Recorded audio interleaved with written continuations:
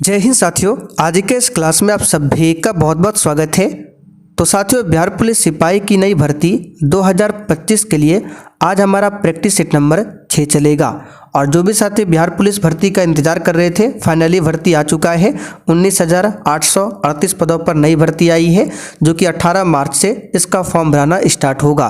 तो जो भी साथी अभी तक तैयारी में नहीं जुड़े थे, आप लोग फटाफट से तैयारी को स्टार्ट कीजिए और आज से ही अपनी तैयारी स्टार्ट कीजिए, तभी आपका सिलेक्शन होने वाला है।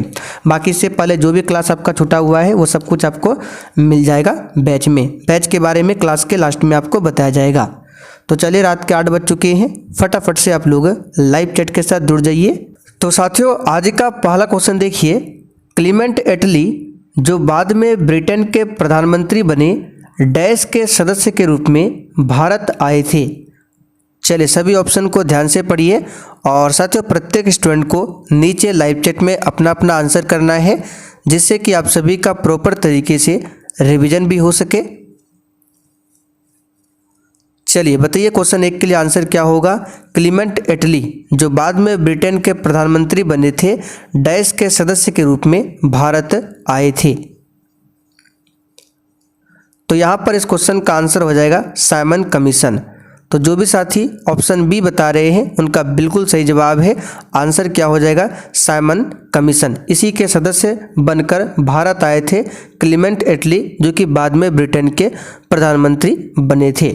और साथियों, कैबिनेट मिशन योजना की बात करें तो ये भारत में 1946 में आया था और इसी के तहत संविधान सभा का गठन हुआ था। यहाँ से क्वेश्चन बनता है, कैबिनेट मिशन में कितने सदस्य थे। तो याद रखिएगा, इसमें 3 सदस्य थे। कौन कौन था? पहला था आपका लॉर्ड पैथिक लॉरेंस, दूसरा कौन था? याद रखिएगा एवी अलेक्जेंडर, और तीसरा कौन था? Stafford Cripps. तो अगर आपसे पूछे कैबिनेट मिशन में कितने सदस्य थे, तो याद रखिएगा 3। नाम क्या है? पैथिक लॉरेंस, एवी अलेक्जेंडर और स्टेफोर्ड क्रिप्स। चलिए, क्वेश्चन नंबर देखिए दूसरा। मिशन इंद्रधनुष निम्नलिखित में से किस सरकारी योजना से संबंधित है? बिल्कुल आपके एग्जाम पैटर्न पर आधारित क्वेश्चन है। बताइए इसका आंसर क्या होगा। मिशन इंद्रधनुष निम्नलिखित में से किस सरकारी योजना से संबंधित है? तो इसका सही जवाब क्या होगा? इसका सही जवाब है टीकाकरण से ये संबंधित है। सी ऑप्शन यहाँ पर आपका सही आंसर है। टीकाकरण के लिए मिशन इंद्रधनुष कार्यक्रम को शुरुआत किया गया था दिसंबर 2014 में। तो यहाँ पर सी ऑप्शन आपका सही जवाब है। अगला क्वेश्चन देखिए। किस महान स्वतंत्रता सेनानी को देश बंधु के नाम से जाना जाता था? एक भी क्वेश्चन को छोड़ना नहीं है। चलिए बताइए इसका आंसर। किस महान स्वतंत्रता सेनानी को देश बंधु के नाम से जाना जाता था?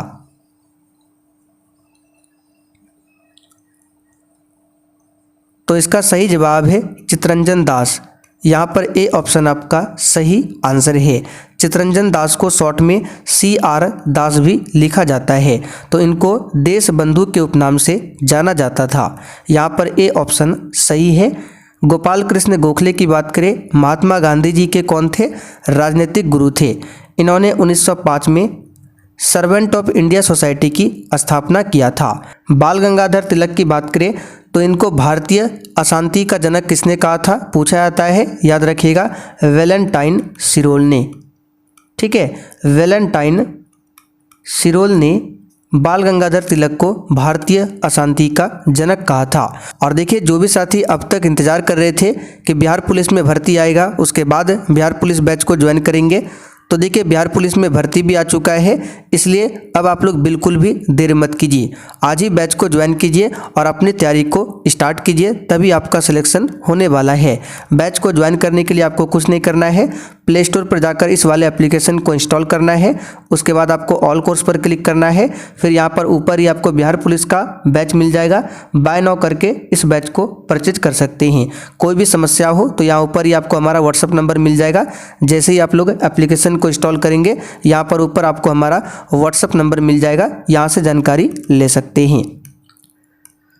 चलिए आगे बढ़ते हैं। Question number 4। निम्नलिखित में से कौन सा पादप हार्मोन है। और साथियों बैच में आपको क्या क्या मिलेगा उसकी जानकारी आपको क्लास के लास्ट में बताया जाएगा। अभी आप लोग क्लास कीजिए। चलिए बताइए निम्नलिखित में से कौन सा पादप हार्मोन है। तो इसका सही जवाब है ऑक्सिन। ठीक है, ऑक्सिन क्या है, एक प्रकार का पादप हार्मोन है, ध्यान रखिएगा। यहाँ पर डी ऑप्शन आपका सही है, ऑक्सिन हार्मोन। चलिए अगला क्वेश्चन देखते हैं। पृथ्वी के पर्यावरण और प्रदूषण के बारे में सार्वजनिक जागरूकता बढ़ाने के लिए प्रत्येक वर्ष दुनिया भर में निम्नलिखित में से कौन सा दिन पृथ्वी दिवस के रूप में मनाया जाता है। बिल्कुल इसी टाइप से आपके एग्जाम में क्वेश्चन पूछे जाएंगे। और साथियों कल से आपका हो सकता है हिस्ट्री का भी क्लास स्टार्ट हो जाए, तो बिहार पुलिस के बैच में एक आपका सब्जेक्ट वाइज क्लास भी चलता है फुल डिस्कशन के साथ में। ठीक है, तो हो सकता है कल से आपका हिस्ट्री का क्लास स्टार्ट हो जाए, इसलिए आप लोग बिल्कुल भी देर मत कीजिए, जितना जल्दी हो सकता है बैच को ज्वाइन कर लीजिए। ठीक है, तो पृथ्वी के पर्यावरण और प्रदूषण के बारे में यहाँ पर देखिए पृथ्वी दिवस पूछा गया है जो कि 22 अप्रैल को मनाया जाता है। अच्छा 22 मार्च को क्या मनाया जाता है, तो याद रखिएगा विश्व जल दिवस। और इसी दिन बिहार दिवस भी मनाया जाता है 22 मार्च को। ठीक है, अच्छा 11 जुलाई को कौन सा दिवस मनाया जाता है, तो विश्व जनसंख्या दिवस। 5 जून को पूछे विश्व पर्यावरण दिवस मनाया जाता है। 1 दिसंबर को पूछे विश्व एड्स दिवस। और 10 दिसंबर को पूछे तो विश्व मानवाधिकार दिवस। ठीक है, 22 मई को पूछे तो विश्व जैव विविधता दिवस। साथियों ये जो भी हम एक्स्ट्रा क्वेश्चन बताते हैं ये पूरा हम आपको लिख कर देने वाले हैं वन लाइनर फॉर्म में, ये सब कुछ आपको एप्लीकेशन पर मिल जाएगा। दादा साहेब फाल्के पुरस्कार किस क्षेत्र की प्रसिद्धि हस्तियों को उनके उल्लेखनीय योगदान के लिए प्रदान किए जाने वाला सर्वोच्च पुरस्कार है। और किसी भी क्वेश्चन में डाउट होता है तो कमेंट करके पूछिए, और सेशन के लास्ट में आप सभी को कमेंट करके अपना अपना स्कोर जरूर बताना है। तो इसका सही जवाब है सिनेमा के क्षेत्र में दिया जाता है दादा साहेब फाल्के पुरस्कार।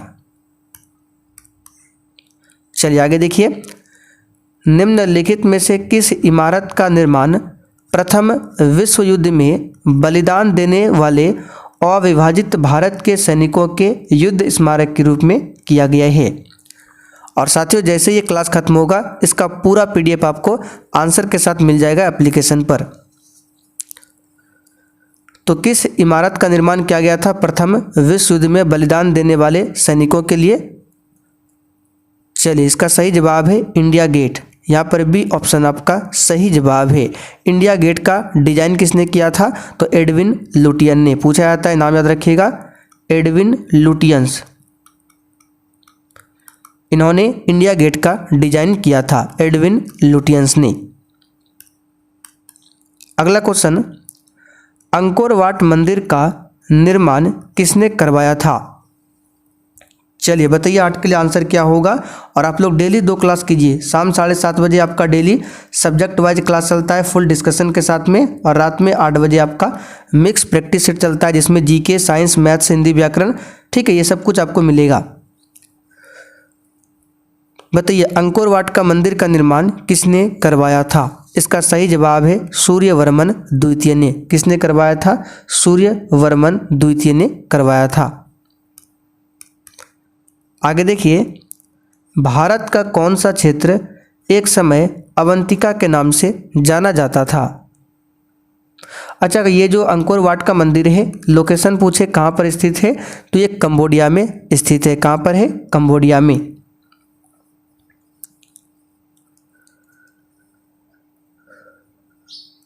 तो इसका सही जवाब है मालवा।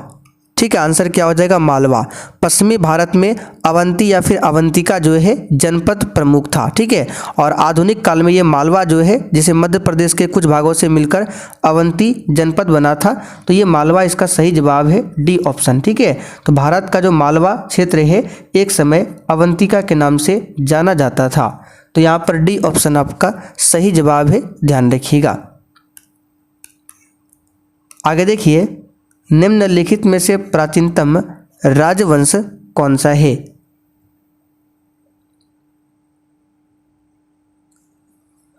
और यहाँ से कुछ क्वेश्चन आपको और बता देते हैं। अवंतिका की बात करें तो देखिए प्राचीन समय में अवंतिका जो है ये दो भागों में बटा था। एक था आपका उत्तरी अवंतिका जिसकी राजधानी थी उज्जैन या फिर उज्जैनी। ठीक है, अवंतिका दो भागों में बटा था प्राचीन भारत में। ठीक है, एक आपका था उत्तरी अवंतिका जिसकी राजधानी कहाँ पर थी? उज्जैनी। दूसरा था दक्षिणी अवंतिका जिसकी राजधानी थी माहिष्मती। माहिष्मती। ठीक है, दक्षिणी अवंतिका की राजधानी माहिष्मती और उत्तरी अवंतिका की राजधानी उज्जैनी।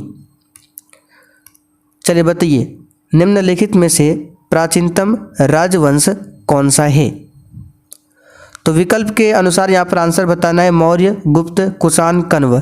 इसका सही जवाब क्या हो जाएगा? मौर्य। ठीक है, इन चारों ऑप्शन में से सबसे प्राचीनतम हो जाएगा मौर्य राजवंश। इसकी स्थापना किसने किया था? तो चंद्रगुप्त मौर्य ने किया था 323 ईसा पूर्व में कौटिल्य की सहायता से।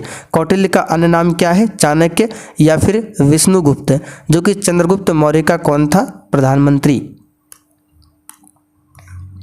अगला क्वेश्चन, उत्तर गुप्त युग में जो विश्वविद्यालय प्रसिद्ध हो गया था डैश था?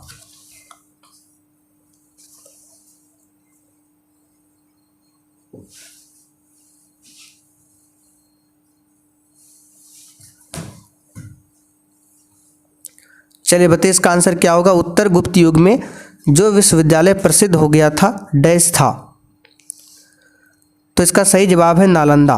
कौन सा था? नालंदा। यहाँ पर सी ऑप्शन आपका सही जवाब है। और इसकी स्थापना किसने करवाया था?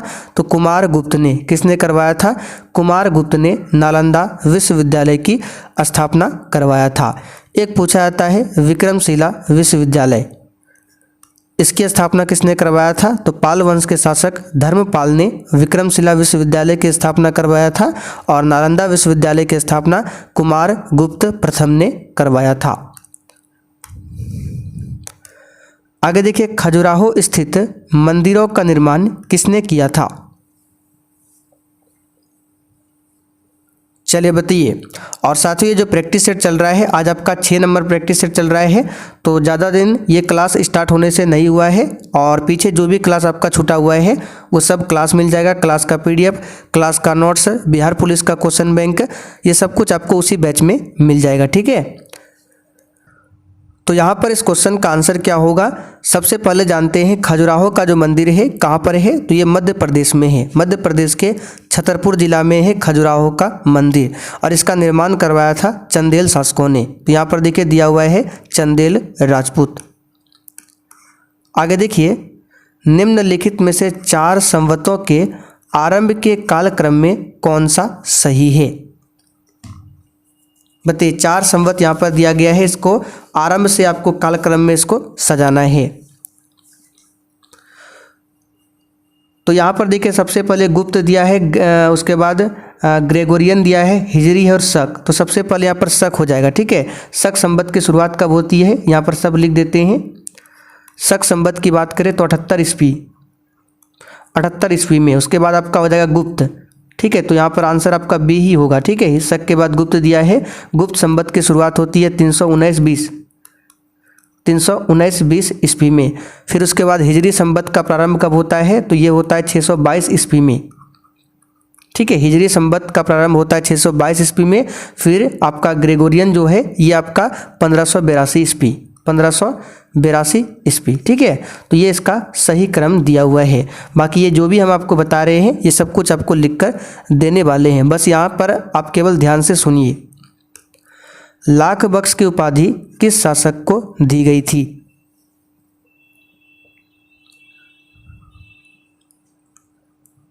चलिए सिंपल सा क्वेश्चन है। कुतुबुद्दीन ऐबक को मिला है लाख बख्श की उपाधि। कुतुबुद्दीन ऐबक ने ही क्या किया था? गुलाम वंश की स्थापना किया था 1206 में और 1210 में कुतुबुद्दीन ऐबक की मृत्यु हो जाती है पोलो खेलते समय घोड़े से गिरकर। और कुतुब मीनार का नींव जो है वो किसने रखा था? तो कुतुबुद्दीन ऐबक ने ही। ग्रांड ट्रंक रोड किसने बनवाया था?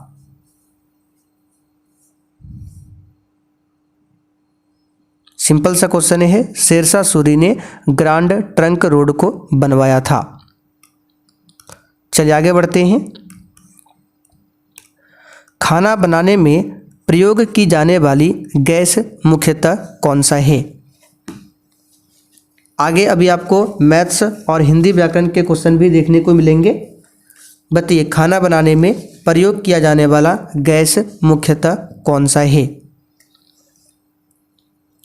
तो इसका सही जवाब है ऑप्शन के अकॉर्डिंग यहाँ पर मीथेन हो जाएगा। ठीक है, क्या हो जाएगा? मीथेन का इस्तेमाल किया जाता है। मीथेन का फॉर्मूला CH4 होता है। इसको मार्स गैस भी बोला जाता है। चलिए यहाँ पर देखिए, एक मैथ्स का क्वेश्चन है, निम्नलिखित व्यंजक को हल करें।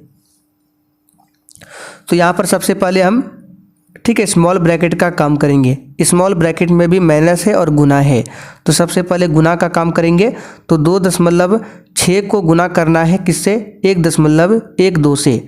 तो 2.6 को अगर 1.12 से गुना करें तो ये कितना होगा? लिख देते हैं यहाँ पर 2.912 और माइनस कितना है? 2.1। सबसे पहले इसी ब्रैकेट का काम करना है, उसके बाद 2.1 में इसको माइनस करना है। ठीक है, तो 2.1 में अगर हम 2.912 को माइनस करें तो ये निकल कर आएगा -0.812। ठीक है, ये निकल कर आपका आएगा। फिर यहाँ से ये ब्रैकेट बंद है और इधर यहाँ पर फिर क्या है? का है। फिर यहाँ पे 2 + 0.6, ठीक है, फिर यहाँ पे 5.6 माइनस। अब उसके बाद क्या करेंगे? अब यहाँ पर देखिए, का आपको काम करना है, गुना करना है, यानी कि 0.6 से गुना करना है 0.812 को। ठीक है, तो यहाँ पर जब 0.6 से इसको गुना करेंगे तो कितना होगा? यहाँ पर लिख देते हैं, तो ये हो जाएगा 2 और माइनस 0.6 गुना इतना करेंगे तो ये आपका आएगा 0.4872। ठीक है, फिर ये ब्रैकेट आपका आ जाएगा और 5.6 माइनस। अब 2 में इसको माइनस करेंगे तो कितना होगा? तो 5.6 और माइनस 2 में इसको घटाएंगे तो ये आपका आएगा 1.5128। अब इसको माइनस कर दीजिए तो आपका आंसर आ जाएगा 4.0872। तो यहाँ पर देख सकते हैं सी ऑप्शन में दिया हुआ है। आगे देखिए, मंगलम सिंचाई परियोजना है। देखिए, एक क्वेश्चन नॉर्मल है, बस आपको गुना भाग आना चाहिए। बताइए, मंगलम सिंचाई परियोजना है, आंसर है केरल में। साथियों, मंगलम सिंचाई परियोजना जो है केरल राज्य में मंगलम नदी पर स्थित है। वाहनों से निकलने वाली प्रदूषित गैस मुख्यतः कौन सा है?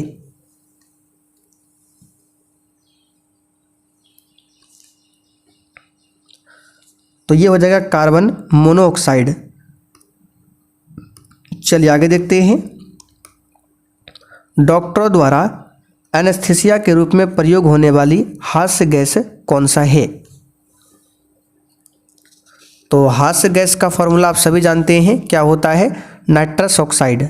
तो यहाँ पर देख सकते हैं सी ऑप्शन में दिया हुआ है, फॉर्मूला होता है N2O। क्या होता है? Nitrous oxide. चलिए आगे देखते हैं।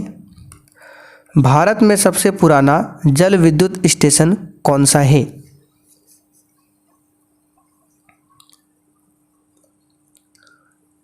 तो साथियों, भारत में सबसे पुराना जल विद्युत स्टेशन जो है ये सिंद्राबाग है। सिंद्राबाग जलप्रपात स्टेशन है जो कि कर्नाटक में है, शिव सुंदरम जलप्रपात पर।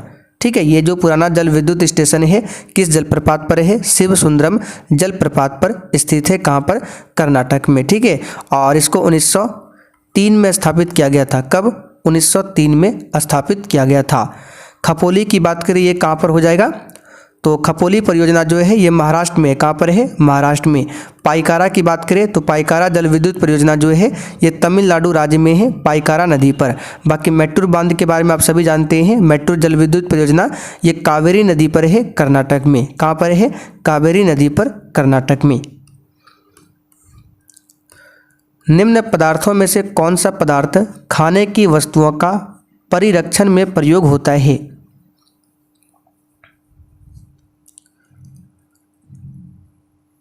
तो खाने की वस्तुओं का परिरक्षण यानी सेफ्टी के लिए जो इस्तेमाल होता है ताकि खराब ना हो, सोडियम बेंजोएट का इस्तेमाल इसमें होता है।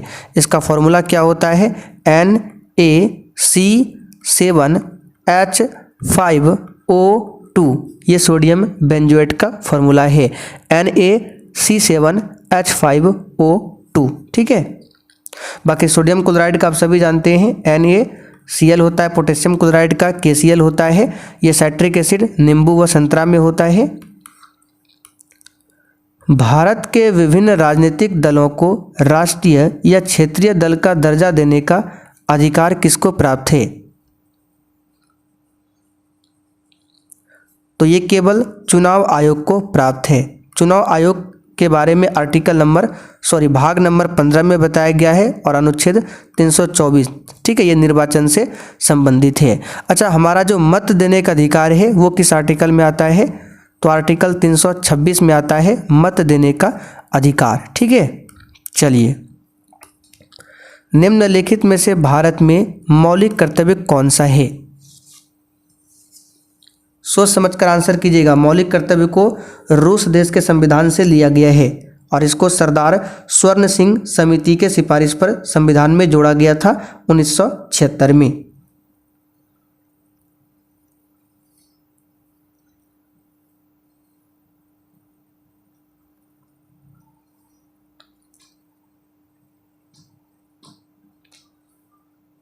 तो यहाँ पर इस क्वेश्चन का आंसर क्या हो जाएगा? मौलिक कर्तव्य कौन सा है?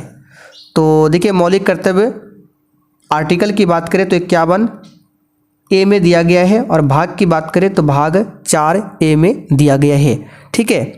टोटल कितने मौलिक कर्तव्य है? तो वर्तमान में टोटल 11 मौलिक कर्तव्य है। तो यहाँ पर इस क्वेश्चन का आंसर क्या होगा? इसमें बोला गया मौलिक कर्तव्य कौन सा है? तो देखिए, ऑप्शन ए में है न्यायपालिका से कार्यपालिका का पृथक्करण, ये आर्टिकल 50 में है।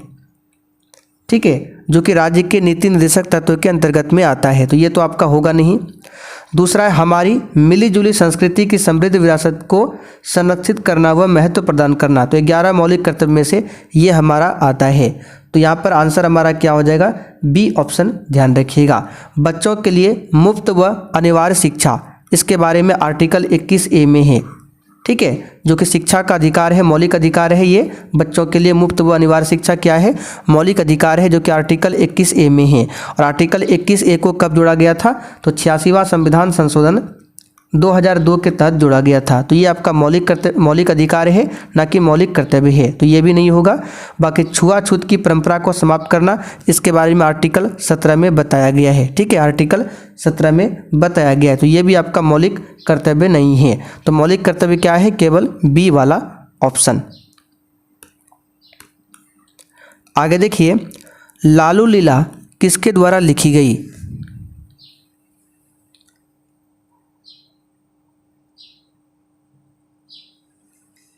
तो लालू लीला जो है ये सुशील कुमार मोदी के द्वारा लिखा गया है।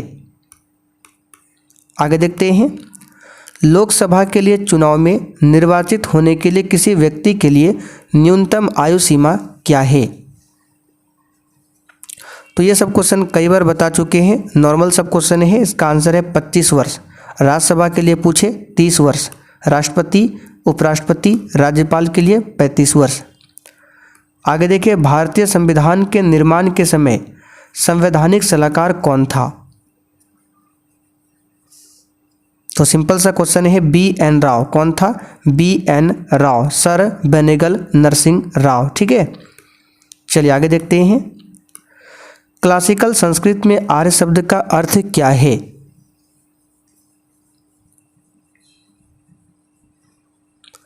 तो इसका सही जवाब है, बताइए आंसर क्या होगा? एक उत्तम व्यक्ति। क्लासिकल संस्कृत में आर्य शब्द का अर्थ होता है एक उत्तम व्यक्ति। निम्नलिखित में से कौन सी अफगानिस्तान की आधिकारिक भाषा है?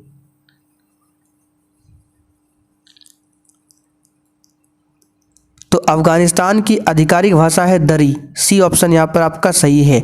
सिंगली जो है श्रीलंका की आधिकारिक भाषा है, बर्मी जो है ये म्यांमार का है, और जांगखा जो है ये आपका भूटान का हो जाएगा। आगे देखिए, बेंगलुरु की पहली डिजिटल जनसंख्या घड़ी का उद्घाटन कहाँ पर किया गया? और अभी हमने आपसे पूछा भूटान का राष्ट्रीय खेल, बताइए आप लोग। तो जो भी साथी तीरंदाजी बता रहे हैं उनका बिल्कुल सही जवाब है तीरंदाजी जो है भूटान का राष्ट्रीय खेल है। तो बेंगलुरु की पहली डिजिटल जनसंख्या घड़ी का उद्घाटन सामाजिक आर्थिक परिवर्तन संस्थान में किया गया है और ये कहाँ पर है? कर्नाटक में। चलिए, राज्यसभा का सभापति कौन है? तो सिंपल सा है, उपराष्ट्रपति राज्यसभा का सभापति होगा। ठीक है। अच्छा, उपराष्ट्रपति पद के बारे में आर्टिकल नंबर किस में बताया गया है? 63 में, कि भारत का एक उपराष्ट्रपति होगा और उपराष्ट्रपति के पद को लिया गया है अमेरिका देश के संविधान से। तो 63 में बताया गया है कि भारत का एक उपराष्ट्रपति होगा और 64 में क्या बताया गया है कि उपराष्ट्रपति जो है राज्यसभा का पदन सभापति होगा, ये 64 में बताया गया है। चलिए, हिंदी व्याकरण। पानी में आग लगना मुहावरे का अर्थ क्या है? आपको बताना है। चलिए बताइए, पानी में आग लगना मुहावरे का अर्थ क्या है?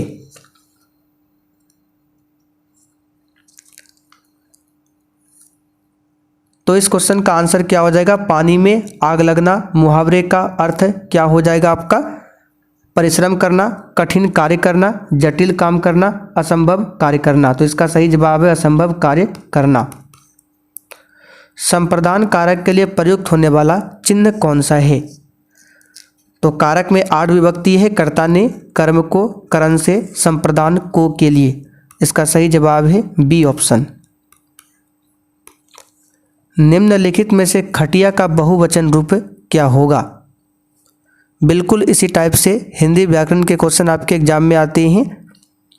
तो खटिया का बहुवचन आपका क्या हो जाएगा? खटिया। डी ऑप्शन यहाँ पर सही है। आगे देखिए, कोल्हू का बैल कहावत का अर्थ क्या है?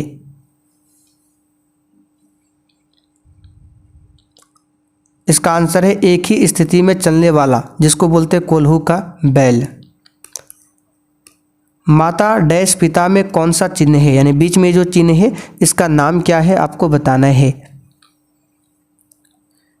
तो चिन्ह के बारे में आपने बचपन में पढ़ा होगा। ये चिन्ह जो होता है इसको बोलते हैं संयोजक चिन्ह। किसी शब्द के बीच में अगर इस तरह से डैश मिले तो उसको बोलते हैं संयोजक चिन्ह। ठीक है, ये 2 पद या 2 उपवाक्यों को जोड़ता है आपस में। चलिए, मैथ्स का क्वेश्चन है, 3 संख्याओं का अनुपात 1, 2, 3 अनुपात में है। यदि इनके वर्गों का योग 126 है तो संख्याएं क्या होगी? देखिए, अगर आपको सॉल्व करना आता है तो आप लोग सॉल्व करके बता सकते हैं, जिनको नहीं आता है आपको बता देते हैं। मान लीजिए 3 संख्याएं, पहला x मान लीजिए तो आपका 1x हो जाएगा, दूसरा 2x, तीसरा 3x। ठीक है, तो यहाँ पर लिख देते हैं 1x, तो 1 नहीं लिखते हैं, केवल x लिखते हैं। फिर है आपका 2x, फिर है 3x। इनके वर्गों का योग, यानी इनका वर्ग करना है और जोड़ना है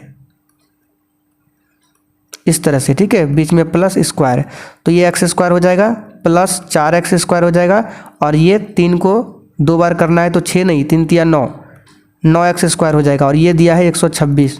अब यहाँ से x का मान निकाल लीजिए, आपका आंसर आ जाएगा।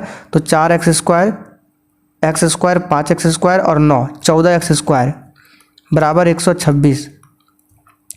तो x स्क्वायर बराबर क्या हो जाएगा? 14 से 126 9 बार में जाएगा, 9 आ जाएगा। और तो x बराबर क्या होगा? √9, यानी कि x का मान आपका आ गया 3।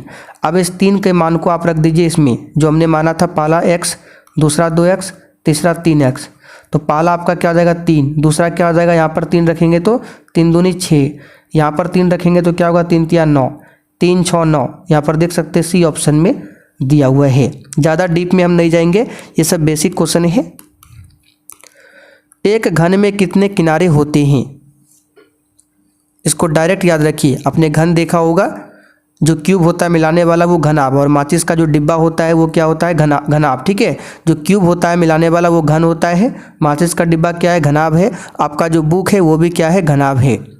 तो एक घन में टोटल 12 किनारे होते हैं, इसको आज आप लोग याद कर लीजिए। 55 kg के एक मिश्रण में दूध एवं जल का अनुपात 7:4 है। अनुपात को 7:6 करने के लिए मिलाया जाने वाले जल की मात्रा क्या होगी? देखिए, इस टाइप के क्वेश्चन को कैसे सॉल्व करना है। दूध एक्चुअल में 55 kg है और रेशियो में 7:4 है, यानी कि 7 4 का ही मान 55 दिया है। तो आपने रेशियो पढ़ा होगा, यानी 7:4 का मान कितना है 55।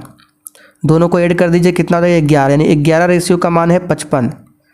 तो एक रेशियो का मान कितना हो जाएगा, तो 11 से 55 में भाग देंगे तो 5। तो हमको 7 और 4 का मान निकालना है, तो 7 रेशियो का कितना आ जाएगा 5 × 7 यानी कि 35 लीटर आपका आ जाएगा। और 4 रेशियो का मान क्या आ जाएगा 5 × 4 यानी कि 20। ठीक है, तो यहाँ पर देखिए क्या है, दूध एवं जल, यानी दूध का अनुपात 7 है, जल का अनुपात 4 है। तो 7 का मान कितना है 35, यानी 35 लीटर हमारा दूध आ गया और 20 लीटर हमारा क्या आ गया, पानी आ गया। ठीक है, तो बोल रहा है अब इस अनुपात को 7:6 करने के लिए मिलाया जाने वाले जल की मात्रा आपको निकालना है। किसकी मात्रा, जल की मात्रा। तो 35 लीटर और 20 लीटर जो आया इसका रेशियो निकालिए। तो 35 बटे आपका क्या आ जाएगा 20, और ये कितना दिया है 7:6 यानी 7/6। अब यहाँ पर बोल रहा है कि 7:6 करने के लिए जो आपका 35-20 का अनुपात आया है, इसमें जल की मात्रा क्या होगी। तो मान लेते हैं जल की मात्रा x होगी। तो ऊपर तो आपका ये दूध है, नीचे आपका जल है 20। तो 20 में ही हम क्या करेंगे, मान लेते हैं x लीटर हमने नीचे पानी मिला दिया, पानी में ऊपर आपका दूध है नीचे पानी है। तो 20 लीटर पानी में हमने x लीटर पानी को और ऐड कर दिया, तो ये रेशियो हो गया 7:6। अब इसको सॉल्व कर दीजिए तो आपका x का मान आ जाएगा। तो 20 × 7 करेंगे तो 140 प्लस x × 7 करेंगे तो 7x, बाकी 35 × 6 करेंगे तो 210। अब इसको सॉल्व कर दीजिएगा तो आपका x का मान आ जाएगा 10। यहाँ पर देख सकते हैं बी ऑप्शन में दिया है। चलिए ये भी क्वेश्चन उसी टाइप से है। एक 35 लीटर मिश्रण में दूध और पानी का अनुपात 4:1 है, यानी 4:1 का वैल्यू है 35। तो 4 को जोड़ेंगे तो क्या होगा, 5 रेशियो का मान है 35, तो 1 रेशियो का मान क्या आ जाएगा 7। तो फिर 4 रेशियो का मान क्या आएगा आपका 7 × 4 यानी कि 28 लीटर। 28 लीटर और 4 लीटर का 4 रेशियो का मान कितना है 28 लीटर, और 1 रेशियो का मान तो यहीं पर निकला 7 लीटर। ठीक है, तो यहाँ पर पहले दूध है फिर पानी, यानी दूध 4 के अनुपात में है, तो 4 का वैल्यू 28 है, यानी 28 लीटर दूध है, और यहाँ पे 7 लीटर क्या है, ये पानी है 7 लीटर। अब बोल रहे यदि इसमें 7 लीटर पानी और डाल दिया जाए तो इसको कैसे सॉल्व करेंगे देखते हैं।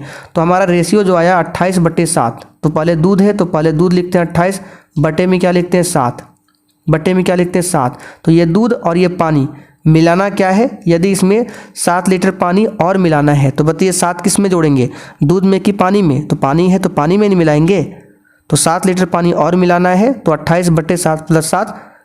ठीक है, तो इसका मान कितना आएगा ये आपको निकालना है। तो 28 बटे कितना हो जाएगा 7 × 7 = 14।